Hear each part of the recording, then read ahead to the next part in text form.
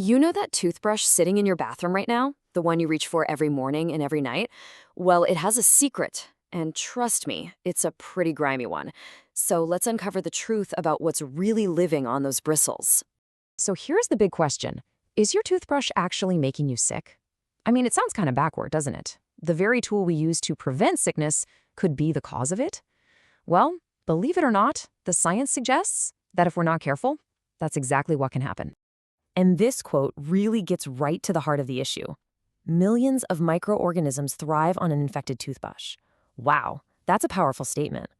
What it's telling us is that this little cleaning tool can basically become its own tiny petri dish, turning into a source of contamination instead of a tool for hygiene. Okay, so what is this dirty secret? Well, think about it. Every time you brush, you're scraping bacteria off your teeth. That's the whole point, right? But those germs have to go somewhere, and a lot of them end up clinging to the bristles. If you don't handle that brush correctly, they don't just sit there, they multiply. But hey, don't start freaking out and throwing your toothbrush out the window just yet. This is not a lost cause. The first line of defense is a super simple rule that's been the standard for decades. That's it. 3 months. This is the magic number. It's the baseline for when you should toss your old toothbrush and start fresh with a new one. It is, by far, the single most effective step you can take. And listen, this isn't some new health fad that just popped up. This recommendation actually dates all the way back to 1996. So why 3 months? Well, it's the sweet spot for getting ahead of any major bacterial buildup. It also just so happens to be about the time when the bristles start to fray and get worn out, which means they're not even cleaning your teeth properly anymore. But here's the thing, that 3-month rule, it isn't for everybody. For people with certain health conditions, waiting that long isn't just a bad idea, it can actually be pretty dangerous. We're talking about people with compromised immune systems. Maybe someone undergoing chemotherapy or recovering from a major surgery. For them, the risk of infection from any source is much, much higher, and that absolutely includes their own toothbrush. In these cases, proper brush hygiene becomes a really critical part of their overall medical care. And the recommendations here, wow, they are starkly different. For someone undergoing chemotherapy, the guidance is a new brush every 3 days. And after a major surgery, it's even more frequent, a new brush every single day.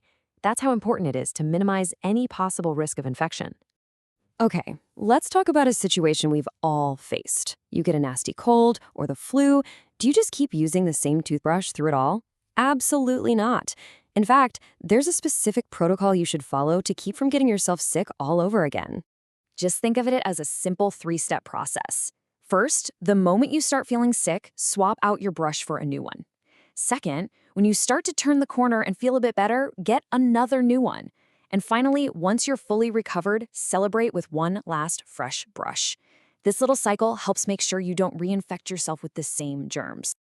So changing your brush on schedule is step 1, but what you do with it for the other 23 hours and 50 minutes of the day is just as important. Seriously, where and how you store your toothbrush can either help keep it clean or turn it into a total germ magnet. Let's start with the big don'ts. First, and this should go without saying, never ever share your brush. That's just a direct transfer of bacteria. Second, don't store multiple brushes together in one cup where the bristles can touch and cross-contaminate. And the big one, keep your brush far away from the toilet. Every flush can spray microscopic particles all over your bathroom. So what's the best practice? Store your brushes separately, standing upright, where they can completely air dry. All right, we've covered a lot of ground here, from replacement schedules to smart storage.